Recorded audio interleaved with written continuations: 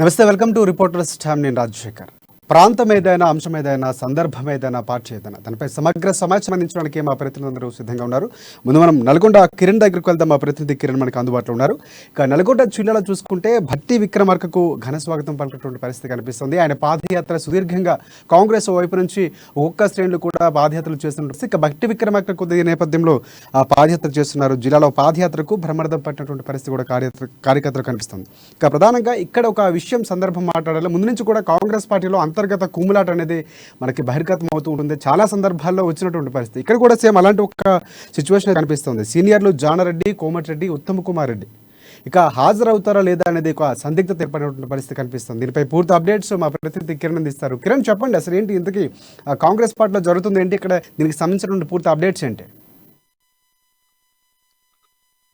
రాజశేఖర్, ఏదైతే మధు భట్టి విక్రమార్క చేపట్టినటువంటి పాదయాత్ర నిన్న నల్గొండ జిల్లా డిండిమలానికి చేరుకుంది. ఆయన నిన్న నక్కలగండి ప్రాజెక్టును సందర్శించిన అనంతరం ఈ రోజు దేవరకొండకు రావడం జరిగింది. అయితే ఏదైతే భట్టి విక్రమార్క చేపడుతున్నటువంటి ఈ పాదయాత్రకు జిల్లా కాంగ్రెస్ పార్టీ శ్రేణులన్నీ కూడా ఘనంగా స్వాగతం పలికాయి. ఆయన నక్కలగండి ప్రాజెక్టు సందర్శించిన అనంతరము దారిపుంట నడుస్తూ ఉంటే అక్కడ ఉన్నటువంటి సమస్యలు తెలుసుకుంటూ ఆయన పాదయాత్ర చేయడం జరిగింది. పత్తి చేనులలో పత్తి కూలీలు ఎడుతున్నటువంటి వారి దగ్గరికి పోయి వారితో కూడా మాట్లాడడం జరిగింది. అయితే ఈ యొక్క పాదయాత్ర నల్గొండ, అదే విధంగా నకరికల్, సూర్యాపేట మీదుగా అటు నుంచి ఖమ్మం ఈ యొక్క పాదయాత్ర వెళ్ళనుంది. అయితే గతంలో ఏదైతే బట్టి పాదయాత్ర చేశాడో ఆలేరు, అదే విధంగా భువనగిరి నియోజకవర్గాల మీదుగా రంగారెడ్డి జిల్లాకు చేరుకుంది.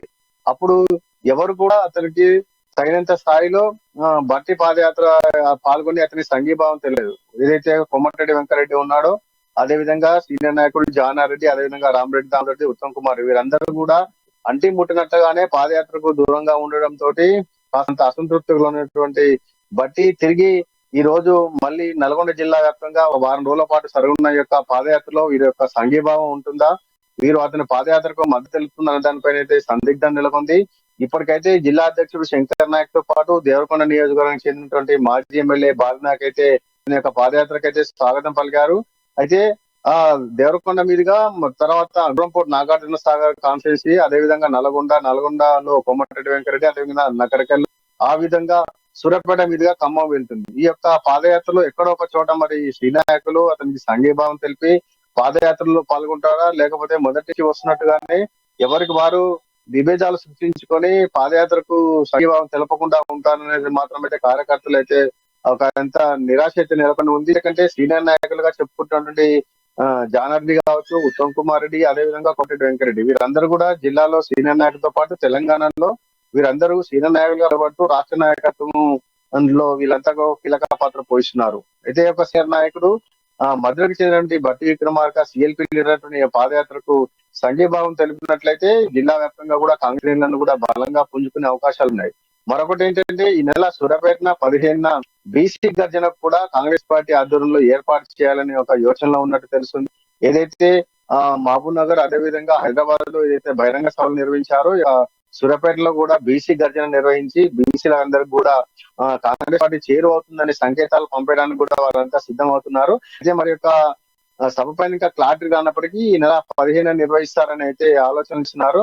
మరీ ముఖ్యంగా మరి యొక్క సీనియర్ నాయకులందరూ కూడా భట్టి విక్రమార్కకు పాదయాత్రకు సంఘీభావం తెలిపినట్లయితే ఉమ్మడి నల్గొండ జిల్లా వ్యాప్తంగా కూడా కాంగ్రెస్ పార్టీ మరింత బలం పుట్టుకునే అవకాశాలు ఉన్నాయి, కనబడుతున్నాయి. రాజశేఖర్, రైట్. కిరణ్, ఒకటి ముందు నుంచి మన కర్ణాటక ఎన్నికల తర్వాత కాంగ్రెస్ గ్రాఫ్ పూర్తిగా మారినటువంటి పరిస్థితి, కాంగ్రెస్కి ఉన్నటువంటి ప్రజాదరణ పెరుగుతుంది, కార్యకర్తల కొత్త ఉత్సాహం అని మనం గతంలో మాట్లాడుకున్నటువంటి పరిస్థితి. అయితే ఇక్కడ నాయకుల మధ్య సమన్వయ లోపం అనేది క్లియర్గా కనిపిస్తున్నటువంటి పరిస్థితి. సీనియర్ నాయకులు అంటే పార్టీకి అండదండలుగా ఎన్నట్లు ఎప్పటి నుంచో సేవలు చేస్తున్నటువంటి జానారెడ్డి కానీ, ఉత్తమ్ కుమార్ రెడ్డి కానీ, లేకపోతే కోమటిరెడ్డి వెంకటరెడ్డి కానీ, వీరు పార్టీకి దూరంగా ఉండటం, లేకపోతే గతంలో కూడా న్యూస్లు చూస్తాం. ఇప్పుడు ఈ ప్రభావం అనేది అంటే గతంలో ఇంకొక మాట కూడా బయటకు వచ్చింది, కాంగ్రెస్ పార్టీకి సంబంధించి సీఎం రేసులో భట్టి ఉన్నారు. అది కూడా కొంత కారణంగా మనం భావించవచ్చు అంటారు. అంటే పాల్గొనకపోవడానికి లోపలటువంటి లేకపోతే అంతర్గతంగా కొన్ని కారణాలు కూడా మనం ఎక్స్పెక్ట్ చేయొచ్చు అంటారు. అయితే రాజశేఖర్, మీరు చెప్పినట్లుగా గతంలో ఉమ్మడి నల్గొండ జిల్లాకు చెందిన కోమటిరెడ్డి వెంకటరెడ్డి కావచ్చు, ఉత్తమ్ కుమార్ రెడ్డి, వీరందరూ కూడా పిసిసి అధ్యక్షుడు రేవంత్ రెడ్డి తోటి అంటే పుట్టినట్లుగానే వ్యవహరించారు ఆయన పిసిసి అధ్యక్షుని తర్వాత. ఒక దశలో రేవంత్ రెడ్డి పాదయాత్ర చేపట్టినప్పుడు కూడా ఆయన నల్గొండ జిల్లాలో పాదయాత్రను చేపట్టలేకపోయారు. ఈ సీనియర్ నాయకుల మధ్య అంతర్గత విభాగాలు ఉండడం తోటి ఆ తలనొప్పి ఎందుకు అన్నట్టుగా ఆయన కూడా వరంగల్ నుంచి ఖమ్మం వెళ్ళారు తప్ప ఉమ్మడి నల్గొండ జిల్లాలో ఆయన పాదయాత్ర నిర్వహించలేదు. ఆ తర్వాత ఏదైతే నిరుద్యోగ నిరసన సభ పేరుతో నల్గొండలో నిర్వహించినటువంటి బహిరంగ సభలో రేవంత్ రెడ్డి పాల్గొన్నారు. ఆ యొక్క సభలో తప్పనట్టుగా కొమ్మటిరెడ్డి వెంకరెడ్డి, ఉత్తమారెడ్డి చివరి నిమిషంలో వచ్చి ఆ యొక్క నిరసన ఉద్యోగ దీక్షలో పాల్గొని ప్రసంగించారు. అప్పటి నుంచి కూడా వారందరి మధ్య సఖ్యత అని భావిస్తున్నారు. ఏదైతే రాహుల్ గాంధీ అమెరికా పర్యటన కూడా కొమ్మటిరెడ్డి వెంకరెడ్డితో పాటు రేవంత్ రెడ్డి అక్కడ అంతా కలిసి తిరిగి రాహుల్ గాంధీ అక్కడ పర్యటన ప్రదేశాల్లో కూడా వారు కూడా పర్యటించడం జరిగింది. అయితే బట్టి విక్రమార్క గత నెల రోజుల పైగా చేసినటువంటి ఒక పాదయాత్రలో గతంలో మొదటి విడతలో నల్గొండ జిల్లా మాత్రం ఈ సీనియర్ నాయకులు ఎవరు కూడా అతని యొక్క పాదయాత్రలో పాల్గొనలేదు. అయితే కర్ణాటకలో విజయం సాధించిన తర్వాత తెలంగాణలో కూడా కాంగ్రెస్ పార్టీ పూర్వవైవం తీసుకురావాలని అధికారంలోకి వస్తుందని అంచనాలు వస్తున్న నేపథ్యంలో ఇప్పుడు బట్టి పాదయాత్ర కనుక వీరు మద్దతు తెలిపినట్టయితే ఉమ్మడి నల్గొండ జిల్లా వ్యాప్తంగా కూడా ఈ యొక్క పార్టీకి కలిసి వచ్చే అవకాశాలు కనపడుతున్నాయి. ఇప్పటికే ఉమ్మడి నల్గొండ జిల్లాలో జానారెడ్డి, కొమ్మటి వెంకరెడ్డి, కుమారి వీరందరూ కూడా సీఎం లో రేస్ లో ఉన్నామని చెబుతున్నప్పటికీ బట్టి విక్రమార్క కూడా అదేవిధంగా ప్రస్తుతం సిఎల్పి నాయకుడు ఒకవేళ ఈయన కూడా ముఖ్యమంత్రి అవుతాడు అనే సంకేతాలు ఉంటాయి. వీరు కూడా ఒక రకంగా అతని పాదయాత్రను విఫలం చేసినట్లయితే ఆ క్రెడిట్ అతనికి పోకుండా ఉంటుందనే మనసులో ఉన్నప్పటికీ పార్టీ అధిష్టానం ఆదేశాలు తప్పకుండా పాటించాల్సి వచ్చినప్పుడైతే అదే విధంగా పార్టీని ముందుకు తీసుకుపోవాలనే ఉద్దేశం ఉన్నట్లయితే అతని పాదయాత్రకు కూడా వీరంతా పాల్గొని యొక్క పాదయాత్ర విజయవంతం చేసే అవకాశాలు అయితే కనిపిస్తాయి. అలా లేనట్లయితే ఈ మధ్య ఒకరి విభేదాలు ఉన్నట్లయితే ఈ యొక్క పాదయాత్రలో కూడా వారందరూ కూడా పాల్గొనకపోవచ్చు. కింది స్థాయి క్యాడర్ అదే విధంగా సెకండ్ స్థాయి క్యాడర్ మాత్రమే పాల్గొని వారు దులుపుకునే అవకాశం ఉన్నది. ఏదేమైనప్పటికీ కూడా అందరూ కలిసి పనిచేసి రానున్న ఈ 6 నెలల కాలంలో అందరూ కూడా ఒకే తాటిపైకి వచ్చి పార్టీని ముందు తీసుకుపోయినట్టేనే రానున్న రోజుల్లో కాంగ్రెస్ పార్టీకి అయితే పూర్వవైభవం వచ్చే అవకాశాలు ఉన్నాయి. లేనట్లయితే ఎవరికి వారు మాకు పట్టినట్లు ఉండనట్టయితే ఒకరిగత విభేదాలు సృష్టించుకున్నట్టయితే పార్టీ మరింత ముందుకు పోకుండా నిరాశ నైవేద్యం నెలకొన్న అవకాశాలు ఇటు కార్యకర్తలు కూడా ఒక ఇంత ఉత్సాహము అందరూ పాల్గొంటే ఉత్సాహం ఉంటుంది, లేనట్లయితే కొంత నిరాశ కూడా ఎదురవుతుంది. కాబట్టి అందరూ కలిసి పనిచేస్తేనే రానున్న రోజుల్లో కాంగ్రెస్ పార్టీ గట్టెక్కే అవకాశాలు ఉంటాయి. ఎవరికి వారు తన మధ్య మళ్ళీ పొరపాచాలు పెట్టుకున్నట్టయితే ఇప్పటికే కాంగ్రెస్ పార్టీ 10 సంవత్సరాలుగా అధికారంలో కోల్పోయింది. రానున్న రోజులు కూడా అదే పరిస్థితి వస్తే మరోసారి కూడా వారు ప్రతిపాదానికి పరిమిత అయ్యే అవకాశాలు కూడా కనిపిస్తాయి. రాజశేఖర్ రైట్ కిరణ్, ఇంకొకటి 15 జరగబోయే బీసీ గర్జనకు సంబంధించి ఒకవేళ కనుక ఎవరో సీనియర్ నేతలు జానారెడ్డి, కొమ్మటిరెడ్డి వెంకటరెడ్డి, ఉత్తమ్ కుమార్ హాజరు కాకపోతే కనుక ఒకళ్ళు ఖచ్చితంగా హైకమాండ్ దీనిపై యాక్షన్ తీసుకుని ఒకవేళ సమన్వయపరిచే ప్రయత్నం చేస్తుంది అనుకోవచ్చు. ఎందుకంటే గతంలో కూడా చాలాసార్లు పాదయాత్రలు చేసేటప్పుడు సీనియర్లు రాకపోతే లేకపోతే పార్టీ మధ్య నాయకుల మధ్య సమన్వయం లేకపోతే ఖచ్చితంగా కలుగు చేసుకునే పరిస్థితులు కూడా ఉన్నాయి. ఇప్పుడు ఒకళ్ళు ఎందుకంటే కూడా దగ్గర సమీపిస్తారు, కొన్ని నెలల సమయం మాత్రం ఉంది కాబట్టి ఖచ్చితంగా వారి మీద చర్యలు తీసుకోవడానికి సమన్వయపరిచే అవకాశం ఉంది అనుకోవచ్చు మనం. అంటే కాంగ్రెస్ పార్టీ కర్ణాటకలో విజయం సాధించిన తర్వాత తెలంగాణలో కూడా తప్పకుండా ఈసారి విధించాలి అనే అయితే సంకేతాలు కనబడుతున్నాయి. ముఖ్యంగా ఏదైతే బట్టి విక్రమార్క ఏదైతే పాదయాత్ర చేస్తున్నారో 15 బీసీ గర్జన చేపట్టాలని భావిస్తున్నారో ఈ యొక్క సీనియర్ నాయకులందరినీ కూర్చోబెట్టి సభ నిర్వహిస్తున్నారు, కలిసి పని చేయాలని అధిష్టానం ఆదేశించినట్లయితే అందరూ కూడా తప్పకుండా పనిచేసే అవకాశాలు అయితే మెండుగా కనిపిస్తాయి. అలా కాకుండా అక్కడ సభ నిర్వహించొద్దు, వీళ్ళందరి పూర్తి సహకారం ఉండదు అనే ఒక సంకేతాలు పోయినట్లయితే సభను కూడా వాయిదా వేసుకునే అవకాశం ఉంటుంది. ఎందుకంటే ఖమ్మం జిల్లాకు చెందినటువంటి బట్టి విక్రమార్క సూర్యాపేటలో అంటే ఉమ్మడి నల్గొండ జిల్లా నుంచి నిర్వహించే సభకు అందరు నాయకులు కూడా కలిసి పనిచేస్తేనే సభ విజయవంతం అయ్యే అవకాశం ఉంది. వీళ్ళందరి నాయకులు కూడా ఆ యొక్క బట్టి పాదయాత్రకు సహకరించకపోయినట్లయితే సభ కూడా ఫెయిల్ అయ్యే అవకాశాలు కనిపిస్తాయి. కాబట్టి ప్రస్తుతం ఉన్న నేపథ్యంలో మాత్రం అయితే కర్ణాటకలో విజయం సాధించిన తర్వాత తెలంగాణలో పార్టీకి పూర్వవైభవం రావాలంటే అందరు కలిసి పనిచేయాల్సిన అవసరం ఉంది. అది చెప్పినటువంటి మాటను కూడా వాళ్ళు తప్పకుండా పాటించాల్సిన అవసరం ఉంది. లేనట్లయితే పార్టీ గడ్డు పరిస్థితి ఎదుర్కొనే అవకాశం ఉంది. ఇటు అధిష్టానం కూడా వీళ్ళందరిపైన సీరియస్ అయ్యే అవకాశం ఉంది. కాబట్టి అందరూ కూడా కలిసి పనిచేస్తేనే కాంగ్రెస్ పార్టీ రానున్న ఈ 6 నెలల కాలంలో ముందుకు పోయే పరిస్థితి కనబడుతుంది. Thanks for updates Kiran. ఇది మొత్తానికి కాంగ్రెస్ పార్టీలో ఉన్నటువంటి విభేదాలు హైకమాండ్ కనుక ఖచ్చితంగా సీరియస్గా తీసుకుని సమన్వయపరచకపోతే ఖచ్చితంగా ప్రభావం ఉండే అవకాశం కనిపిస్తుంది. ఏదైనప్పటికీ కూడా కర్ణాటక ఎన్నికల తర్వాత కాంగ్రెస్ గ్రాఫ్ అయితే మాత్రం పెరిగిందని మాత్రం మనం చెప్పుకోవచ్చు. నెక్స్ట్ మనం నిజామాబాద్ వెళ్దాం. నిజామాబాద్లో మా ప్రతినిధి నవీన్ మనకి అందుబాటులో ఉన్నారు. ప్రధానంగా అక్కడ కవిత అరవింద్ అని చెప్పగానే మనకు ఒక వార్, ఎందుకంటే సీఎం కేసీఆర్ కూతురుగా కవిత అక్కడ పరాజయం తీవ్రమైన అవమానం కేసీఆర్ గతంలో చెప్పుకున్నటువంటి పరిస్థితి. అయితే ఈసారి మాత్రం ఎలా అయినా సీటు దక్కించుకోవాలి అన్నటువంటి ఒక పక్కా ప్రణాళికతో కవిత ముందుకు వెళ్తున్నటువంటి పరిస్థితి. మళ్ళీ నిజామాబాద్ ఎంపీ స్థానంపై కవిత గురిపెట్టి ఈసారి ఎలాగైనా గెలవాలి అన్నటువంటి ఒక పక్కా ప్రణాళికతో ముందుకు వెళ్తున్నటువంటి పరిస్థితి కూడా కనిపిస్తుంది. మొత్తం ధీమా వ్యక్తం చేస్తున్నారు. అంటే కొన్ని నెలల్లో ఎలక్షన్స్ ఉన్న నేపథ్యంలో 5 నియోజకవర్గాలు పక్కగా గెలుచుకుంటాం అని చెప్పినటువంటి ధీమా కూడా కనిపిస్తుంది. దీనిపై పూర్తి అప్డేట్స్ అందిస్తారు. నవీన్ చెప్పండి. పోయిన చోట వెతుకున్న కనులో వెళ్ళేసి కవిత ఉన్నట్టు తెలుస్తుంది. అయితే అందుకే నిజామాబాద్ ఎంపీ సీట్ పై గురి పెట్టినట్టు కూడా తెలుస్తుంది. అయితే గత పార్లమెంట్ ఎన్నికల్లో ఇటు బీజేపీ అభ్యర్థి అయినటువంటి అరవింద్ చేతిలో గౌరవ పరంగా పొందినట్టు ఎమ్మెల్సీ కవిత మరోసారి కూడా నిజామాబాద్ పార్లమెంట్ ఎన్నికలపై దృష్టి పెట్టినట్లు అనిపిస్తుంది. కొన్ని సంఘటనల కోసం, ఎందుకంటే లిక్కర్ కాంటెస్ట్ జరుగుతున్నటువంటి కవిత కొంతకాలంగా ఇటు నిజామాబాద్ రాజకీయాలకు కీలకంగా దూరంగా ఉంటూ వస్తుంది. అయితే మొన్న సిబిఐ ఇచ్చిన షార్ట్షీట్ లో తన పేరు లేకపోవడంతో కవిత ఒక్కసారిగా తన వాయిస్ కూడా పెంచిందని వచ్చింది. అయితే ప్రస్తుతానికి ఇప్పుడు తెలంగాణ వచ్చి 9 సంవత్సరాలు పూర్తి చేసుకుని 10 సంవత్సరాలు అడుగుతున్న సందర్భంగా తెలంగాణ ఉత్సవాలు కూడా ఘనంగా నిర్వహిస్తున్నారు. ఇందులో భాగంగా నిజామాబాద్ జిల్లాకు సంబంధించినటువంటి వివిధ అసెంబ్లీ నియోజకవర్గాలు చంద్రబాబు సార్ ఘనంగా నిర్వహిస్తున్నారు. దీనికి ఇందులో ఎమ్మెల్సీ కవిత పాల్గొంటూ కూడా ఇటు కాంగ్రెస్ పార్టీతో పాటు బీజేపీ పార్టీ కూడా తన మఠం యుద్ధంతో ఫైట్ చేస్తుంది. అయితే ఇటు ముఖ్యంగా ఇటు ఎక్కడ లేని విధంగా ఇటు సీఎం కేసీఆర్ తెలంగాణ అభివృద్ధి చేశారు. అతను 100 సంవత్సరాల గత కొన్ని సంవత్సరాల్లో పరిపాలించినటువంటి కాంగ్రెస్ పార్టీ తెలంగాణకు ఏమి చేసిందని చెప్పి కూడా చెప్పే ప్రయత్నం చేశారు. మరోవైపు ఇటు ఎంపీ అయినటువంటి అరవింద్ కూడా ఇటు జిల్లాకు ఏమి ఒరిగి పెట్టారని చెప్పి పాస్పోర్ట్ తెలియదని చెప్పి, అలాగే షుగర్ ఫ్యాక్టరీ కూడా తెలిపించలేదు, ఇలాంటి ఫండ్స్ కూడా తెలియదని చెప్పి కూడా చెప్పే ప్రయత్నం చేశారు. ముఖ్యంగా కాళేశ్వరం ప్రాజెక్టు కూడా సీఎం కేసీఆర్ ఆధీనంలో జరిగిందని చెప్పి కల్పకుడి చంద్రశేఖర్ కాదు కాళేశ్వరం చంద్రశేఖర్ పిలవాలని చెప్పి కూడా చెప్పారు. అయితే పూర్తిగా ఏం చేశారని చెప్పి సంబరాలు చేసుకుంటారన్న కాంగ్రెస్ నేతల ప్రశ్నలకు ఇంటింటికి వెళ్లి మొత్తం ఫలితాలు ఎందరికి అందాయి కూడా తెలుసుకోవాలని చెప్పి కూడా సవాల్ విసిన పరిస్థితి మనకు కనిపిస్తుంది. అయితే రాజకీయం కట్టుకున్న బట్టి బీజేపీ నాయకులు జై జవాన్ జై కిషన్ అంటూ వాళ్ళకి ఏం చేశారని చెప్పి తమ అధినేత సీఎం కేసీఆర్ అమరవీరుల కుటుంబాలకు కూడా ఎంతో ఆదుకున్నారని చెప్పి తెలంగాణతో కాదు పక్క రాష్ట్రాలకు కూడా ఉన్నటువంటి వీర మరణ పొందినటువంటి వాళ్ళ అమర జవాన్ల కుటుంబాలకు కూడా ఆదుకున్న ఘనత సీఎం కేసీఆర్ దక్కుతుందని చెప్పి కేవలం మీరు బీజేపీ నాయకులు మాటతోనే సరిపెట్టుకున్నారని చెప్పి కూడా చెప్పుకునే ప్రయత్నం చేశారు. ఖచ్చితంగా నిజామాబాద్ పార్లమెంట్ మొత్తం 5 నియోజకవర్గాలు కూడా ఖచ్చితంగా గులాబీ జెండా ఎగరవేస్తుందని కూడా చెప్పే ప్రయత్నం చేశారు. ఖచ్చితంగా అంటే దీంతో ఇటు అసెంబ్లీతో పాటు పార్లమెంట్ స్థానం కూడా తాను కైవసం చేసుకుంటాం, ఖచ్చితంగా ఇప్పుడు ఎంపీ అరవింద్ కూడా ఓడించి తీర్థాన్ని కూడా చెప్పే ప్రయత్నం చేశారు. అయితే దీనిపై కూడా ఎంపీ అరవింద్ ఘాటుగా స్పందించారు.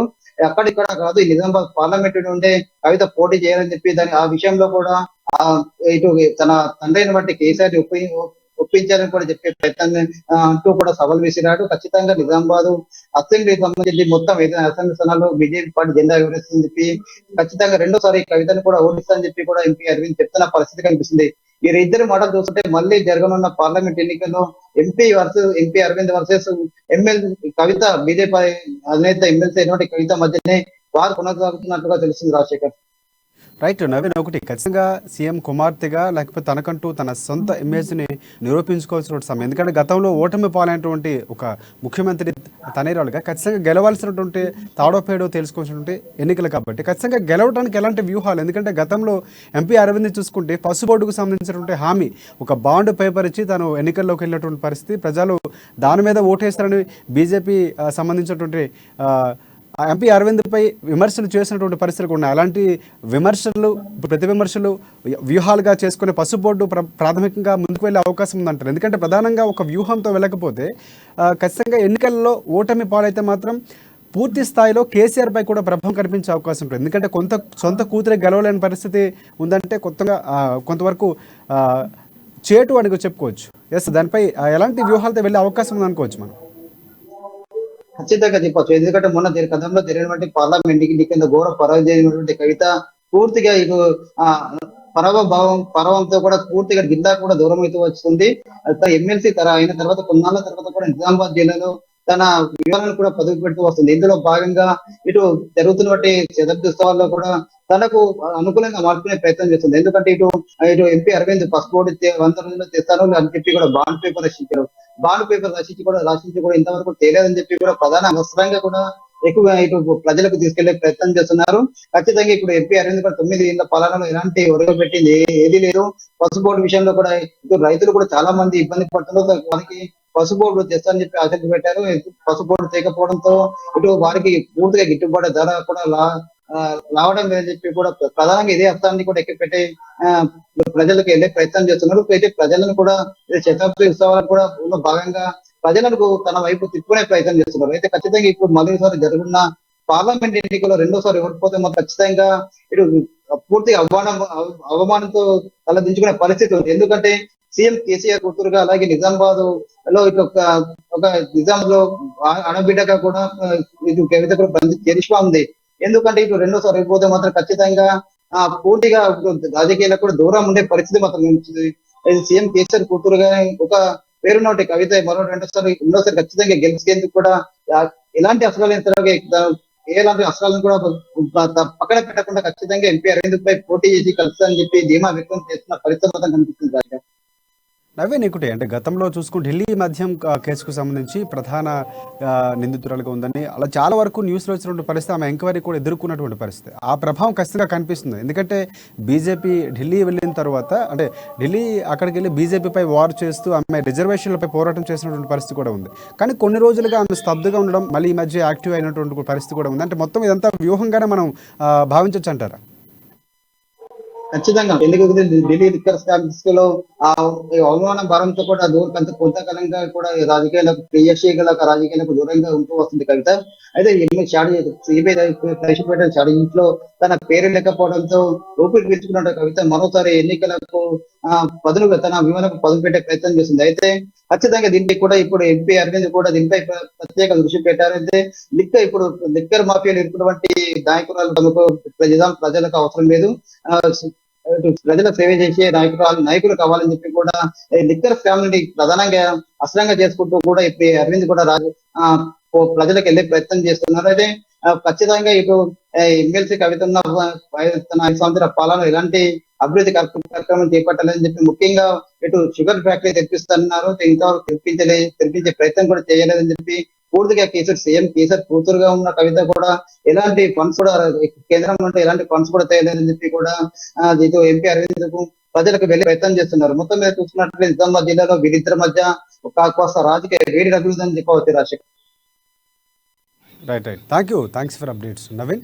నెక్స్ట్ మనం వరంగల్ వెళ్దాం. వరంగల్ మా ప్రతినిధి స్వామి మనకి అందుబాటులో ఉన్నారు. ప్రధానంగా చూసుకుంటే పాలకుర్తి నియోజకవర్గంలో ఘనంగా దశాబ్ది ఉత్సవాలు నిర్వహిస్తున్నటువంటి పరిస్థితి కూడా కనిపిస్తుంది. నియోజకవర్గంలో పర్యటించినటువంటి ఎర్రబెల్లి ఏదైతే పర్యటనలో సంక్షేమ రంగంలో సాధించినటువంటి ప్రగతిని కూడా ఆయన వివరించినటువంటి పరిస్థితి కూడా కనిపిస్తుంది. జర్నలిస్టులకు ఇళ్ల స్థలాల పట్టాలు కూడా అందించినటువంటి పరిస్థితి. ఎన్ని రోజుల నుంచో జర్నలిస్టులకు ఇళ్ల పట్టాలపై ఒక ఆతృత ఎదురు చూసినటువంటి పరిస్థితి కూడా కనిపిస్తుంది. దానికి సంబంధించినటువంటి పట్టాలు కూడా అందజేశారు. డబుల్ బెడ్రూమ్ లబ్ధిదారులకు పత్రాలు కూడా అందజేసినటువంటి పరిస్థితి కనిపిస్తుంది. మొత్తానికి ఏదైనప్పటికీ కూడా అక్కడ ఉన్నటువంటి పరిస్థితిపై పూర్తి అప్డేట్స్ మా ప్రతినిధి అందిస్తారు. ఎస్ స్వామి, చెప్పండి అక్కడ ఉన్నటువంటి పరిస్థితి, దీని దగ్గర ఉన్నటువంటి అప్డేట్స్.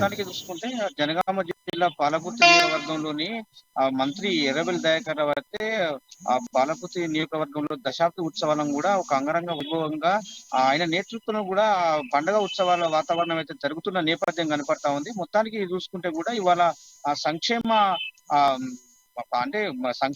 దశాబ్ది ఉత్సవాల్లో భాగంగా కూడా ఈ సంక్షేమ దినోత్సవంగా కూడా ఇవాళ ఆ ప్రకటన దినోత్సవాలు కూడా ఆ పాలకుర్తి నియోజకవర్గంలోని తొర్రూరే కావచ్చు, రాయపర్తి కావచ్చు, పాలకుర్తి నియోజకవర్గంలో మండల కేంద్రంలో కూడా మొత్తానికి చూసుకుంటే ఆ నియోజకవర్గంలోని కూడా ఆ సంక్షేమ పథకాలు కూడా అందరికి చేరేవేళ కళ్యాణ లక్ష్మి, షాదీ ముబారక్, అట్లాగే 2వ విడత గొర్రెల పంపిణీ కూడా చేసిన ఘనత కూడా ఇవాళ ఆ మంత్రి ఎర్రబెల్లి దయాకర్ రావు అయితే ఇవాళ పంపిణీ చేసిన కార్యక్రమం కనబడతా ఉంది. మొత్తానికి చూసుకుంటే కూడా జర్నలిస్ట్ కూడా ఎనలేని అంటే సేవలు అందించిన జర్నలిస్టులకు కూడా తెలంగాణ రాష్ట్రంలో కూడా కలం పోరుతో కూడా తెలంగాణ ఉద్యమంలో కూడా ఎన్నో కీలక పాత్రలు పోషించిన జర్నలిస్టులు కూడా ఇవాళ వాళ్ళ కళ నెరవేరిందని చెప్పుకోవచ్చు. కానీ ఇంకా మొత్తానికి 75% మాత్రమే కళ నెరవేరిందని చెప్పుకోవచ్చు. ఇవాళ మాత్రం వాళ్ళకు ఇళ్ల స్థలాల యొక్క పట్టాలు ఇవ్వడైతే జరిగింది రాజశేఖర్.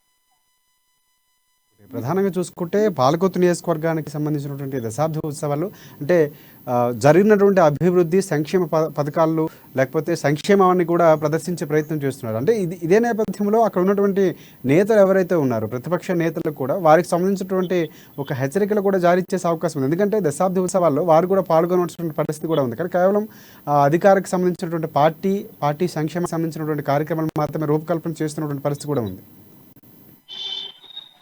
రైట్ రాజశేఖర్, అంటే ఇతర పార్టీలను కూడా అందరినీ అంటే ఇతర పార్టీలు కూడా పిలుపు ఇచ్చినప్పుడు కూడా కొంత కాంగ్రెస్ పార్టీకి సంబంధించిన వారైతే ఇది దశాబ్ద ఉత్సవాలను కూడా ఇవి ప్రజల సొమ్మును మాత్రము అది దశాబ్ద ఉత్సవాల పేరుతో కూడా నిర్వీర్యం చేస్తున్నాయని చెప్పి కూడా నిధులను నిర్వీర్యం చేస్తున్నాయని చెప్పి కూడా వాళ్ళు హెచ్చరించిన పరిస్థితి కనపడతా ఉంది. కొంతమంది కూడా అంటే కాంగ్రెస్ పార్టీకి సంబంధించిన బీజేపీ కావచ్చు కాంగ్రెస్ పార్టీకి సంబంధించిన వాళ్ళు కూడా వాళ్ళు దాన్ని కొంత మేరకు అది బహిష్కరించినట్టు కూడా తెలుస్తా ఉంది. కానీ ఇక్కడ మాత్రము సంక్షేమ పథకాలు అంటే షాదీ ముబారక్, కళ్యాణ లక్ష్మి అది మాత్రం ఆ పథకాలను మాత్రం ఇంటింటికి చేరేలా కంపల్సరీ అంటే ఈ పార్టీలకు అతీతంగా కూడా ఇవాళ సంక్షేమ పథకాలు ఇంటింటికి చేరేలా కేసీఆర్ పిలుపు మేరకు కూడా ఇవాళ మొత్తానికి చూసుకుంటే ఇవాళ పథకాలు షాదీ ముబారక్ తో పాటు కళ్యాణ లక్ష్మి బీసీలకు కూడా ఇవాళ కుల వృత్తులకు బీసీ సంక్షేమ శాఖ నుంచి కూడా కుల వృత్తులకు సంబంధించిన ఒక లక్ష రూపాయలు కూడా లోన్లు కూడా శాంక్షన్ చేశారు. అది పార్టీలకు అతీతంగా చేశారని చెప్పుకోవచ్చు. మొత్తానికి పార్టీలకు అతీతంగా కూడా ఇవాళ సంక్షేమ కార్యక్రమాన్ని నిర్వహించాలని చెప్పుకోవచ్చు రాజశేఖర్. దశాబ్ద ఉత్సవాల్ని పార్టీ ఎదుగుదలకి లేకపోతే వచ్చే ఎన్నికల్లో ఒక వ్యూహాత్మకంగా వినియోగించుకుంటుందనేటువంటి ఒక వాదన ఓవైపు ఉంటే అంటే తెలంగాణ రాష్ట్ర సాధన కోసం చాలామంది అసూలు బాసినటువంటి పరిస్థితి చాలా వరకు ప్రతి ఒక్కరు కూడా అందరూ సమిష్టి కృషితో సాధించుకున్నటువంటి తెలంగాణ రాష్ట్రంలో కేవలం మేము మాత్రమే చేసాము, మా పథకాలు మా పార్టీ సంక్షేమం చూసుకుంటూ ఈరోజు దశాబ్ద ఉత్సవాలు నిర్వహించడం ఏ విధంగా చూడొచ్చు అన్నారు. అంటే దానికి సంబంధించినటువంటి ప్రతిపక్షాలు ఎలా రియాక్ట్ అవుతున్నాయి, దానికి సంబంధించిన భవిష్యత్తు కార్యాచరణ ఏమైనా దానికి సంబంధించిన అప్డేట్స్ ఉన్నాయి?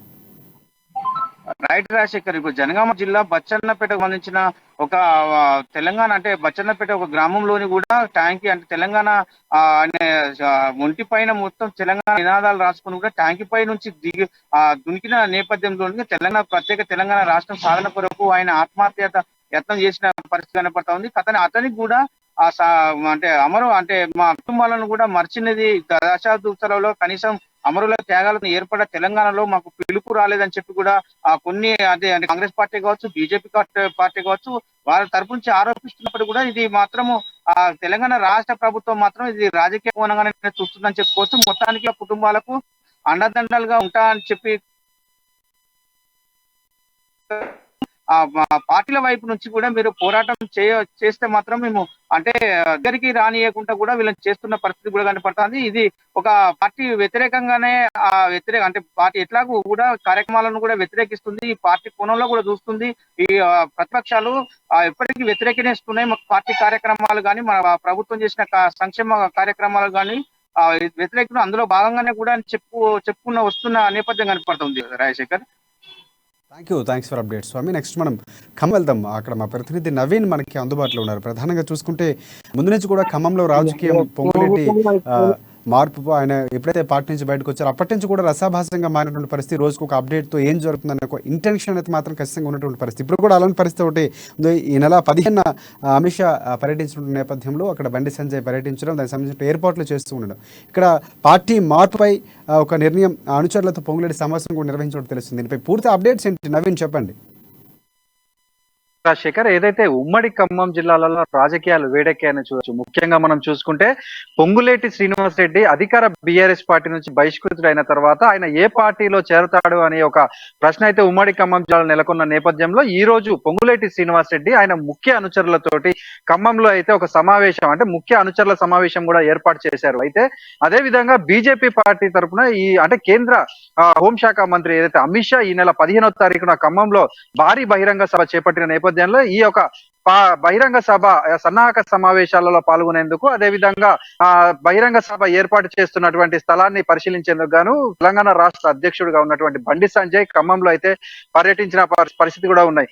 అయితే ఈ రెండు ఇటు పొంగులేటి, అదే విధంగా బండి సంజయ్ ఖమ్మము పర్యటన, ఈ రెండు కూడా చూసుకుంటే ఖమ్మం రాజకీయాలు వేడెక్కాయని కూడా చూసుకోవచ్చు. అయితే ఏదైతే పొంగులేటి శ్రీనివాస్ రెడ్డి ఇన్ని రోజులుగా అంటే గత 5-6 నెలల నుంచి కూడా ఏ పార్టీలో చదువుతారో అనే ఒక అభిమానుల ప్రశ్నకు వాళ్ళ అభిమానుల ముఖ్య కార్యకర్తల సమావేశం అందరినీ పిలిపించుకొని అయితే ఆయన ఈ రోజు ఎస్ఆర్ కన్వెన్షన్ హాల్లో అయితే ఆయన అభిమతాన్ని, అదేవిధంగా అనుచరుల యొక్క అభిమతాన్ని కూడా తెలుసుకునే ప్రయత్నం అయితే చేశారు. అయితే 100% మంది అభిమానులు కూడా పొంగులేటి శ్రీనివాస్ రెడ్డి కాంగ్రెస్ పార్టీలోకి రావాలని, ఎందుకంటే అధికార బీఆర్ఎస్ పార్టీని ఉమ్మడి ఖమ్మం జిల్లాలో ఎండగట్టే పరిస్థితి ఓన్లీ కాంగ్రెస్ పార్టీకే ఉందని వీరందరూ కూడా వేదిక ముఖంగా అయితే తెలియజేశారు. అయితే అనంతరం మాట్లాడినటువంటి పొంగులేటి శ్రీనివాస్ రెడ్డి ఎవరైతే అనుచరుల అభిమతం ఉందో వారి అభిమతానికి అనుగుణంగానే నేను ముందుకు వెళ్తాను. అదే విధంగా అంటే ఈ యొక్క 3-4 రోజులలో అంటే ఆయన చెప్తూ ఏమంటారంటే ఈ యొక్క అంటే పార్టీ మార్పు అనేది చాలా చిన్న విషయం కాదు, అంటే అది మా పార్టీ ఎమ్మటే మార్చచ్చు, కానీ మా యొక్క అభిప్రాయం ఏంటంటే బీఆర్ఎస్ పార్టీని గద్దెనెక్కించకుండా ఉండడమే నా అభిమతం. కాబట్టి హైదరాబాద్ లో ఇన్ని రోజుల నుంచి కూడా రహస్య మంతనాలు చేస్తూ అనేక మందిని కూడా కలుస్తున్నట్టుగా కూడా ఆయన వెల్లడించిన పరిస్థితి కూడా చూడొచ్చు. ఈ నేపథ్యంలో ఆయన 3-4 రోజులలో కూడా పార్టీకి సంబంధించి ఏదో ఒక అంటే హైదరాబాద్ లో విలేకరుల సమావేశంలో అనౌన్స్మెంట్ చేసి ఖమ్మమా లేకపోతే ఎక్కడ బహిరంగ సభ ఏర్పాటు చేసే వేదికను కూడా అక్కడి నుంచే వెల్లడిస్తానని చెప్పిన పరిస్థితి కూడా ఉంది. అయితే ఇటు బీజేపీ పార్టీ తరఫున చూసుకుంటే ఏదైతే 15వ తారీఖున కేంద్ర హోంశాఖ మంత్రి అమిత్ షా అంటే ఖమ్మం జిల్లాలో అయితే ఈ యొక్క భారీ బహిరంగ సభ పెడుతున్న నేపథ్యంలో అంటే బీజేపీ పార్టీ ఉమ్మడి ఖమ్మం జిల్లాలో అయితే అసలు పట్టు లేదని చెప్పొచ్చు. దాన్ని బేస్ చేసుకొని అధిష్టానం కావచ్చు, లేకపోతే బీజేపీ రాష్ట్ర నాయకులు కావచ్చు, ఖమ్మం జిల్లాని ఫోకస్ చేసినట్లుగా మనం చూడొచ్చు. అయితే గత నెలలో ఏదైతే బండి సంజయ్ నిర్వహించినటువంటి నిరుద్యోగ మార్చ్, అదే విధంగా ఇప్పుడు అంటే ఇవాళ బండి సంజయ్ ఖమ్మం పర్యటన, అదే విధంగా ఈ యొక్క 15వ అమిత్ షా యొక్క అంటే భారీ బహిరంగ సభ ఖమ్మం వేదికగానుంది. అయితే ఈ రోజు బండి సంజయ్ మాట్లాడుతూ ఇటు కాంగ్రెస్ ను, అదే విధంగా బీఆర్ఎస్ ను రెండింటినీ కూడా ఎండగడుతూ అయితే మాట్లాడారు. అసలు కాంగ్రెస్ అంటే కర్ణాటక ఒక దాంట్లో గెలిస్తే కాంగ్రెస్ రాష్ట్రం అంతా గెలిచినట్లేనా అనే ఒక ప్రశ్న కూడా ఆయన లేవెత్తినట్లుగా చూడొచ్చు. అయితే బండి సంజయ్ మాట్లాడుతూ ఇప్పుడు ఖమ్మంలో అయితే సభ ఏర్పాటు చేస్తున్నాము, మున్ముందు కుదిరితే మన్మోహన్ మన మోడీ తోటి ఏదైతే కొత్తగూడెంలో కూడా భారీ బహిరంగ సభ ఏర్పాటు చేస్తామని ఆయన చెప్పడం చూస్తుంటే అయితే బీజేపీ పార్టీ అధిష్టానం అంటే ఇక్కడ మెయిన్ అధిష్టానం కూడా ఉమ్మడి ఖమ్మం జిల్లాల మీద దృష్టి పెట్టిందని కూడా చూడొచ్చు. ఎందుకంటే ఈ రోజు ఖమ్మంలో అమిత్ షా ఒక భారీ బహిరంగ సభ, అదే విధంగా బండి సంజయ్ మాట్లాడుతూ మరి కొద్ది రోజులలో కొత్తగూడెంలో కూడా సభ ఉంటుందని ఆయన మాట్లాడిన పరిస్థితి కూడా చూడొచ్చు. అంటే ఈ విధంగా చూసుకుంటే ఉమ్మడి ఖమ్మం జిల్లాలపై జాతీయ పార్టీల ఒక నజరు వేసినట్లు కూడా చూడొచ్చు. అయితే పొంగులేటి శ్రీనివాస్ రెడ్డి మొత్తంగా అయితే కాంగ్రెస్ పార్టీలో జాయిన్ కావడం అయితే పక్కా అని చెప్పి ఆయన అనుచరులు కావచ్చు, లేదా పొంగులేటి శ్రీనివాస్ రెడ్డి అలా మాట్లాడిన దాని ప్రకారం కూడా అభిమానులు మాట్లాడిన దాని కూడా ఉంది. నేను అభిమానులకు అభిమతానికి అంటే వారి యొక్క నిర్ణయం ప్రకారం నేను ముందుకు వెళ్తానని తెలిపిన పరిస్థితులు. అంటే ఇవన్నీ కూడా చూసుకుంటే ఉమ్మడి ఖమ్మం జిల్లాలో అయితే రాజకీయాలు అంటే ఇంకా రాజకీయాలు 5-6 నెలలు ఉన్నా కూడా ఇప్పుడే రాజకీయాల కళ అయితే సంతరించుకున్నట్లుగా కూడా చూడొచ్చు రాజశేఖర్. రైట్ నవీన్, ముందు నుంచి కూడా ఆ పొంగులేటి వ్యవహారం ఆయన ఏ పార్టీ అంటే ఫస్ట్ కూడా ఒక క్లియర్ మ్యాండేటరీ ఉంటుంది, ఖచ్చితంగా కాంగ్రెస్ పార్టీలోనే చేరుతారు అనేది ఒకటి వచ్చేసింది. కానీ తర్వాత ఈటెల రాజేందర్ కలిసిన తర్వాత పూర్తిగా మారిన ప్రణాళికలు మారాయి. అంటే ఈయన రెండు ఎవరి వర్షన్స్ వినాలి, రెండు విన్నాకే ఆయన ఒక నిర్ణయం తీసుకుంటారని కొంతవరకు వచ్చినా కూడా ముందు నుంచి కూడా ఆయన పూర్తి స్థాయిలో ఒక సర్వే కూడా చేయించుకుంటారు. మీరు ఇందాక మాట్లాడినట్టు హైదరాబాద్ రావటం, ముఖ్య నేతలతో అనుచరులతో మంత్రాలు జరపడం, ఇవన్నీ కూడా అక్కడి నుంచి ఎలా ఉంటుందంటే రాబోయే అధికారం కేంద్రంలో ఏ పార్టీ అధికారంలోకి వస్తుంది, ఎందుకంటే ఖచ్చితంగా మిగతా 2 పార్టీల్లో ఖచ్చితంగా చేరాల్సిన అవసరం, ఏది అధికారంలోకి వస్తుంది ఈ క్యాలిక్యులేషన్స్ అన్ని కూడా చేసుకొని అందులో పార్టీలో జాయిన్ అవడానికి ఇంత కారణం అంటే ఇంత లేట్ అవుతుందని కూడా మనం భావించవచ్చు అంటారా? ఖచ్చితంగా రాజశేఖర్. అయితే పొంగులేటి శ్రీనివాస్ రెడ్డి ఎప్పుడైతే బీఆర్ఎస్ పార్టీ నుంచి బయటికి వచ్చారో తను మొదటగా ఆలోచించిన పార్టీ అయితే బీజేపీ పార్టీ. కానీ బీజేపీ పార్టీలోకి పొంగులేటి శ్రీనివాస్ రెడ్డి వెళ్తారు అన్న తర్వాత పొంగులేటి శ్రీనివాస్ రెడ్డి అనుచర గణం అంటే చాలా వరకు కూడా దూరం. ఎందుకంటే బీజేపీ పార్టీకి అంటే ఈ యొక్క మైనార్టీకి చెందినటువంటి చాలా మంది అంటే ఈయన అనుచరులు చాలా మంది కూడా దూరం. అంటే సత్తుపల్లిలో చూసుకుంటే మట్టా దయానంద్ చూసుకోవచ్చు ఒక ఎగ్జాంపుల్ గా. ఎందుకంటే మట్టా దయానంద్ పొంగులేటి శ్రీనివాస్ రెడ్డి ఇద్దరు కూడా సొంత అన్నదమ్ముల్లాగా ఉండేవారు. కానీ పొంగులేటి శ్రీనివాసరెడ్డి ఎప్పుడైతే బీజేపీ పార్టీలో జాయిన్ అవుతారని తెలిసినాక అప్పటి నుంచి మట్టదనైతే దూరం అవుతూ వస్తున్నారు. ఎందుకంటే బీజేపీ పార్టీలోకి వెళ్తే మైనారిటీలు చాలా మంది కూడా సపోర్ట్ చేసే పరిస్థితి లేదు. ఈ నేపథ్యంలో పొంగులేటి శ్రీనివాసరెడ్డి వారి అనుచరుల యొక్క అభిమతం అందరినీ తీసుకొని తర్వాత జరిగిన పరిస్థితులలో కాంగ్రెస్ పార్టీ అని నిర్ణయించుకున్న తర్వాత ఏదైతే బీజేపీ అధిష్టానం పొంగులేటి శ్రీనివాసరెడ్డిని ఏ విధంగా ఆయన కూడా అంటే బీజేపీ పార్టీలోకి తీసుకోవాలని నిర్ణయించిన నేపథ్యంలో చేరికల కమిటీ సభ్యులందరితోటి పొంగులేటి శ్రీనివాసరెడ్డి మంత్రాలు కూడా చేరిపినట్టుగా కూడా చూడొచ్చు. అయితే అనంతరం ఎవరైతే ఇప్పుడు పొంగులేటి శ్రీనివాసరెడ్డికి రాజకీయ గురువుగా ఉన్నటువంటి వైఎస్ అంటే ఆ ఏపీ ముఖ్యమంత్రిగా ఉన్నటువంటి వైఎస్ జగన్మోహన్ రెడ్డి సలహా మేరకు కర్ణాటక ఎన్నికల తర్వాతనే నిర్ణయం తీసుకోవాలని చెప్పిన నేపథ్యంలో పొంగులేటి కూడా ఒక స్టెప్ వెనక్కి వేసినట్లుగా కూడా చూడొచ్చు. తదనంతరం కర్ణాటక ఎన్నికలలో కాంగ్రెస్ పార్టీ ఘన విజయం సాధించిన నేపథ్యంలో అనంతరం ఇప్పుడు తెలంగాణ రాష్ట్రంలో ప్రతి ఒక్క జిల్లాలలో కూడా ఎవరైనా అంటే ఏదైతే నాయకులు కూడా వారందరి చూపు కూడా కేవలం కాంగ్రెస్ పార్టీ వైపే ఉంది. ఎందుకంటే బీఆర్ఎస్ ను ఎదుర్కొనే శక్తి కేవలం కాంగ్రెస్ పార్టీకి, అంటే వారికి సాంప్రదాయ ఓటు బ్యాంకింగ్ ప్రతి జిల్లాలో కూడా నెలకొన్న పరిస్థితులు అయితే ఉన్నాయి.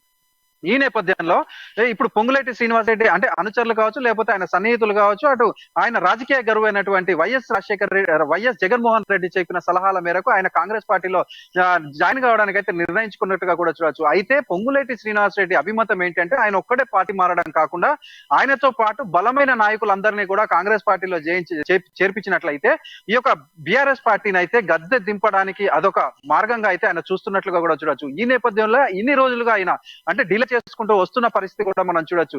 అంటే ఇప్పుడు ఆ యొక్క వీరందరూ కూడా ఎవరెవరు వస్తారు కాంగ్రెస్ పార్టీలోకి వెంట అని చెప్పి ఒక కొలిక్కి వచ్చిన నేపథ్యంలో ఆయన నిర్వహించినటువంటి ముఖ్య అనుచరుల సమావేశంలో అయితే అంటే అంటే కాంగ్రెస్ పార్టీలోనే జాయిన్ అవుతాను అని అంటే అభిమానులకు తెలియజేసినట్లు, అదే చివరిలో కూడా మీ అందరికీ కూడా తీయటి వార్త చెప్పినట్లేనా అభిమానుల ఉద్దేశించి ఆయన మాట్లాడినట్టుగా కూడా చూడొచ్చు. దీని అంతటిని చూస్తుంటే పొంగులేటి శ్రీనివాసరెడ్డి కాంగ్రెస్ లో ఆయన ఒక్కడే కాకుండా ఆయనతో పాటు అంటే ఎవరైతే బీఆర్ఎస్ కు వ్యతిరేకంగా ఉన్న నాయకులందరినీ కూడా తీసుకెళ్లి బీఆర్ఎస్ పార్టీకి గట్టి పోటీ ఇచ్చే పరిస్థితి నెలకొందని కూడా చెప్పొచ్చు Rajasekhar.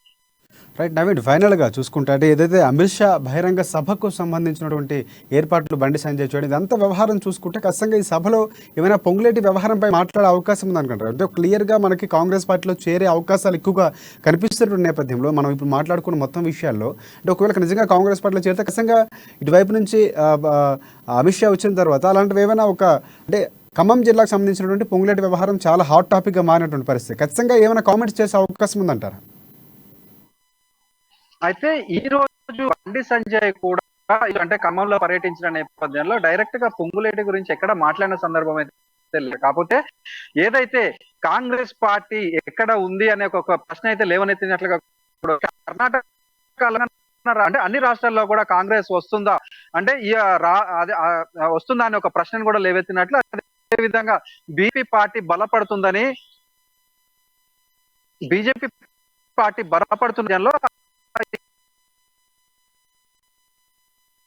Right, thanks for updates Naveen. అక్కడ ఉన్నటువంటి పరిస్థితి మొత్తానికి పొంగులేటి వ్యవహారం అనేది చాలా హాట్ టాపిక్గా చాలా నెలల నుంచి కూడా గడుస్తున్నటువంటి పరిస్థితి. ఎన్నికలు సమీపిస్తున్న సమయంలో ఇప్పటికి కూడా ఆయన పార్టీ మారుపై ఒక సందిగ్ధత ఉంది. కానీ ఖచ్చితంగా ఈసారి మాత్రం డ్యామ్ షూర్గా ఈ సభ తరువాత వెలువడే అవకాశం అయితే మాత్రం ఖచ్చితంగా కనిపిస్తున్నట్టు మనకు ఆ విశేషాలు వార్తలు అందిస్తున్నటువంటి పరిస్థితి కూడా కనిపిస్తుంది. మొత్తానికి నెక్స్ట్ చూసుకుంటే మెదక్ జిల్లా వెళ్దాం. మెదక్లో మా ప్రతినిధి సునీల్ మనకి అందుబాటులో ఉన్నారు. మెదక్ జిల్లా రామాయంపేటలో అఖిలపక్షం నిరాహార దీక్షలు కొనసాగుతున్న పరిస్థితి. రెవెన్యూ డివిజన్ సాధన కోసం 70 రోజులుగా దీక్షలు చేస్తున్నటువంటి పరిస్థితి. ఇక 2 రోజులు బంద్కు కూడా పిలుపునిచ్చారు జేఏసీ నాయకులు. రామాయంపేటలో స్వచ్ఛందంగా షాపులు కూడా మూసేసినటువంటి పరిస్థితి కనిపిస్తుంది. అక్కడ షాప్ యజమానులు కానీ ప్రజలు కానీ నిర్మానుష్యంగా మారే మొత్తం దీనికి సంబంధించిన పూర్తి అప్డేట్స్ ఎమ్మెల్యేను అడుగడుగున అడ్డుకుంటామని కూడా హెచ్చరికలు కూడా జారీ చేస్తున్నటువంటి పరిస్థితి కూడా కనిపిస్తుంది. దీనిపై పూర్తి అప్డేట్స్ ఏంటి చెప్పండి?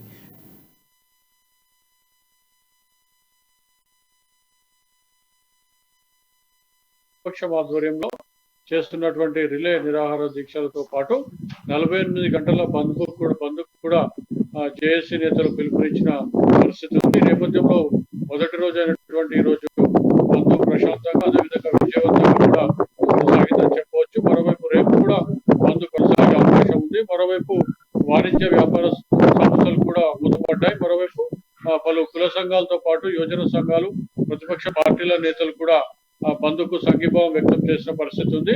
స్థానిక ఎమ్మెల్యే పద్మా దేవేందర్ రెడ్డి అదేవిధంగా మంత్రి హరీష్ రావు ఇచ్చిన హామీ మేరకు ఖచ్చితంగా రామాయంపేటను రెవెన్యూ డివిజన్ గా ఏర్పాటు చేయాలని చెప్పి కూడా చాలా రోజులుగా దీక్షలు కొనసాగుతున్న నేపథ్యంలో ప్రభుత్వం నుండి లేదంటే స్థానిక ఎమ్మెల్యే నుండి ఎట్లాంటి స్పందన రాకపోవడంతో 48 గంటల బంద్కు పిలుపునిచ్చినటువంటి పరిస్థితి ఉంది జేఏసీ నేతలు.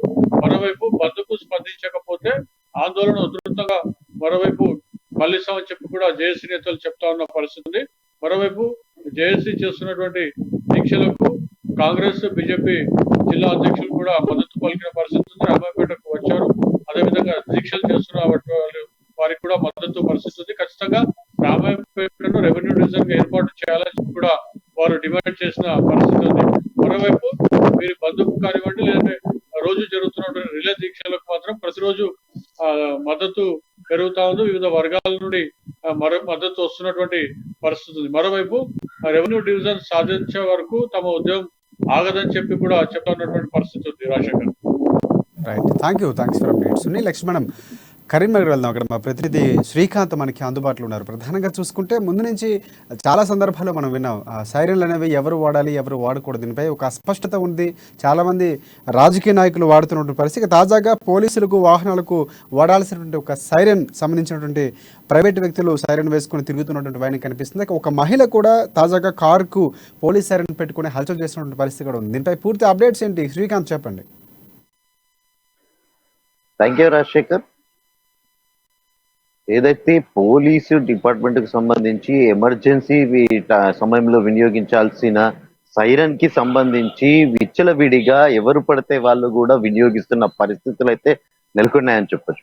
ఇటీవల హైదరాబాద్ పట్టణంలో దీనిపై స్పెషల్ డ్రైవ్ నిర్వహిస్తూ ప్రతి వెహికల్ ని కూడా క్షుణ్ణంగా తనిఖీ చేస్తూ అట్లాంటి సైరన్ ఉన్న వాహనాలను స్వాధీనం చేసుకొని ఆ సైరన్లు తొలగించి వారిపై కేసు పెట్టడం జరుగుతుంది.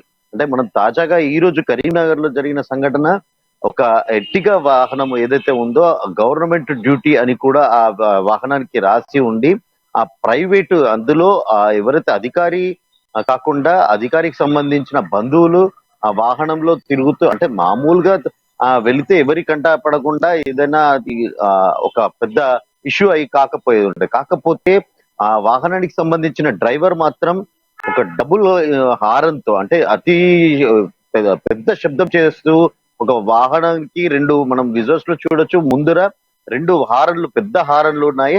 ఆ హారన్లు మూత మోగిస్తూ కూడా వచ్చిపోయే వారికి ఇబ్బందికరంగా ఒక శబ్ద కాలుష్యంతో పాటుగా ఎమర్జెన్సీ అంటే అంబులెన్సులు ఐఏఎస్ ఐపీఎస్ అధికారులు వినియోగించాల్సిన సైరన్ కూడా వేసుకుంటూ తమ సొంత పనులకు ఈ వాహనాన్ని వినియోగిస్తున్నారు. ఎవరైతే ఒక మహిళ ఆ కారులోంచి దిగి ఒక ప్రైవేటు కళాశాలకు సంబంధించి తన పాప స్కూల్లో నుంచి కళాశాల నుంచి బయటికి రావడము, తనని కారులో పికప్ చేసుకొని వెళ్ళడము, ఇదంతా కూడా ఒక తతంగం జరిగింది. మన కంట పడడంతో ఇదంతా కూడా మనం చిత్రీకరించడం జరిగింది. అంటే ఒక ప్రైవేటు వాహనానికి అంటే టాక్సీ ప్లేట్ తో ఉన్న వాహనానికి ఈ సైరన్ అమర్చడమే కాకుండా వీధుల గుండా అది అంటే ఆర్టీఓ చట్ట ప్రకారం కొన్ని నిబంధనలు కూడా ఉంటాయి. ఆసుపత్రులు కానీ విద్యా సంస్థలు కానీ దేవాలయాలు కానీ ఇలాంటి ప్రాంతాలలో హార్న్ కూడా వినియోగించకూడదు. అట్లాంటిది ఏకంగా ఇప్పుడు మనం విజువల్స్ లో చూస్తున్నట్టుగా ఒక ప్రైవేటు కళాశాల, నగరంకి చెందిన ప్రసిద్ధ కళాశాల ఇది. ఆ కళాశాల ముందు అది ఇరుకు రోడ్డుగా ఉంటుంది. అక్కడ దాదాపు రోజు నిత్యం వాహనాలు అనేటివి స్తంభించిపోతూ ఉంటాయి కళాశాల విడిచిపెట్టిన సమయంలో. ఈ సమయంలో ఈ వాహనానికి సంబంధించిన డ్రైవరు అతివేగంగా సైరన్ మోగిస్తూ హారన్ కొడుతూ కూడా కళాశాలకు చేరుకోవడం, కాలేజీ సమీపంలో కూడా విపరీతమైన శబ్దంతో కూడా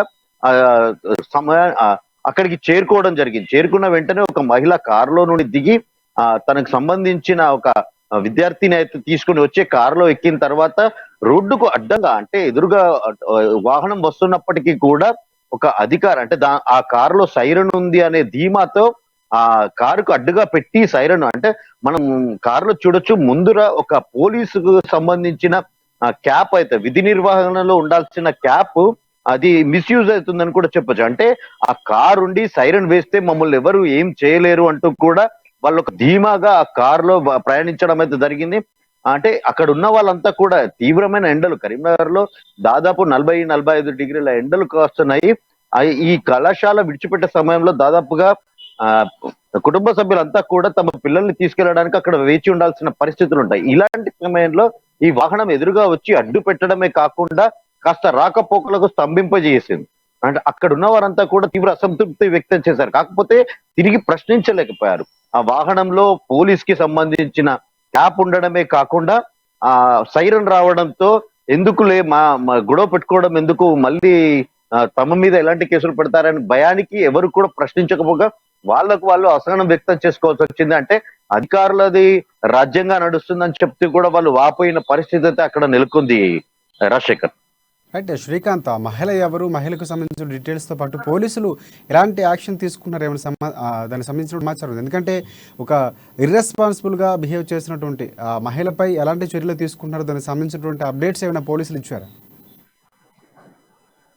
మన అమ్మా న్యూస్ బృందం ఆ వాహనానికి సంబంధించిన వివరాలు సేకరించడానికి ప్రయత్నించగా ఆ ఆర్టీఓ ఆఫీస్ కి సంబంధించి సిబ్బందిని కోరగా తమ ఆఫీస్ కి సంబంధించి అలాంటి వాహనం ఏది వినియోగించట్లేదని కూడా వాళ్ళు చెప్పారు. అంటే ఇది పూర్తిగా నిబంధనలకు విరుద్ధంగా ఆ వాహనం తిరుగుతుందని కూడా వాళ్ళు కూడా ఒక స్పష్టమైన సమాచారం ఇచ్చారు. అంతేకాకుండా మనం పోలీస్ వారిని కూడా సంప్రదించడం జరిగింది. సదరు వాహనానికి ఇలా సైరన్ వేసుకొని తిరుగుతున్నారు, దీని పట్ల ఎలాంటి గైడ్ లైన్స్ ఉంటుందని ఒక సమాచారం కోసం పోలీసులను కూడా సంప్రదించడం, వారు కూడా దీన్ని వ్యతిరేకించారు. అంటే అలాంటిది ఏది కూడా, అంటే అది ఎవరైనా అధికారికి సంబంధించి అయి ఉండొచ్చు, కాకపోతే అది ప్రైవేట్ గా వ్యక్తికి చెందినప్పుడు మాత్రం అలాంటి సైరన్లు మాత్రం వినియోగించకూడదనే గైడ్ లైన్స్ మాత్రం ఉంది. తప్పకుండా ఇది చట్ట వ్యతిరేకమని వారు కూడా చెప్పడం జరిగింది. అంటే ఇదంతా కూడా ఒక ప్రైవేటు వాహనానికి, అంటే డిపార్ట్మెంట్ కి సంబంధించి, అంటే పోలీసు విభాగానికి సంబంధించి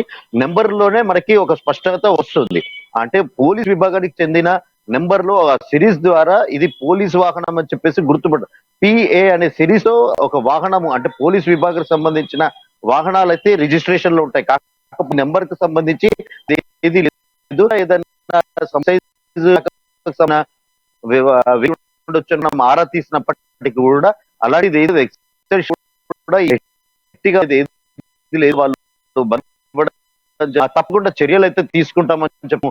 ఈ తర్వాత ఆ వాహనంపై ఎలాంటి చర్యలు తీసుకుంటూ వేచి ఉండదు చూద్దాం. శ్రీకాంత్, ఫైనల్గా అంటే దీనికి సంబంధించి కేసు ఏమైనా నమోదు చేయడం లేకపోతే ఎవరైనా కంప్లైంట్ ఇవ్వడం ఏమైనా జరిగింది? ఎందుకంటే పోలీసులు ఖచ్చితంగా అలాంటి ఒక అన్నెసరిగా, అంటే అసందర్భంగా సైరన్ వేసినా కూడా పరిమితులు ఉన్నా దాని అసందర్భంలో దాన్ని యూజ్ చేసినా కూడా ఖచ్చితంగా దానిపై చర్యలు తీసుకోవాల్సిన అవసరం ఉంది. అలాంటిది ఒక స్కూల్కి వచ్చి వెళ్ళటం, అంటే ఇంతకుముందు ఏమైనా ఆమె, అంటే ఎవరైతే మహిళ హల్చల్ చేసిందో ఆమె గతంలో కూడా వాడుతున్నట్లు, ఎప్పటి నుంచి వాడుతుంది, దీనిపై కూడా పోలీసులు ఆరా తీసే అవకాశం ఉంది కదా. సో ఖచ్చితంగా కేసు ఏమైనా నమోదు చేసినట్టు ఏమైనా ఇన్ఫర్మేషన్ మీ దగ్గర ఉందా? ఇప్పటి వరకు కేసు చేయదు. ఇది మన అమ్మా న్యూస్ బృందం ప్రత్యేకంగా ఈ వెంబడించి ఐరన్ వేసుకున్నదంతా ఇదంతా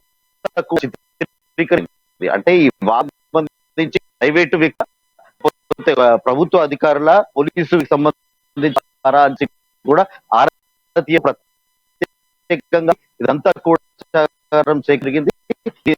మన ప్రసారం ఇది జిల్లా పోలీసు దృష్టికి కూడా తీసి దీనిపై ఎలాంటి చర్యలు వేచి చూద్దాం. Right. Thanks for updates Srikanth. ఇది అక్కడ ఉన్నటువంటి పరిస్థితి. మొత్తానికి సైరన్ అనేది అసందర్భంగా ఎవరు వాడినా శిక్షార్హులే. ఎందుకంటే ముఖ్యమైన సందర్భాల్లో అంబులెన్స్ కానీ, లేకపోతే పోలీసు ప్రభుత్వ వాహనాలకు సంబంధించినటువంటి ఎంక్వైరీలు కానీ, లేకపోతే ముఖ్యంగా ఏదైనా ఒక పని మీద వెళ్ళేటప్పుడు మాత్రమే యూజ్ చేయాల్సినటువంటి నిబంధనలు ఉన్నా కొంతమంది ఇర్రెస్పాన్సిబుల్గా దాన్ని యూజ్ చేసిన పరిస్థితి కూడా కనిపిస్తుంది. ఇక్కడ ఈ సందర్భానికి సంబంధించిన పోలీసు కూడా యాక్షన్ తీసుకునే పరిస్థితి కూడా ఉంది. ఇది మొత్తానికి ఈరోజు ఇవాళ రిపోర్టర్స్ టైం. ఇది ఇవాళ రిపోర్టర్స్ టైం. రేపటి రిపోర్టర్స్ టైంలో మళ్ళీ కలుసుకుందాం. అంతవరకు చూస్తూనే ఉండండి అమ్మా న్యూస్, నిజం కోసం, జనం కోసం.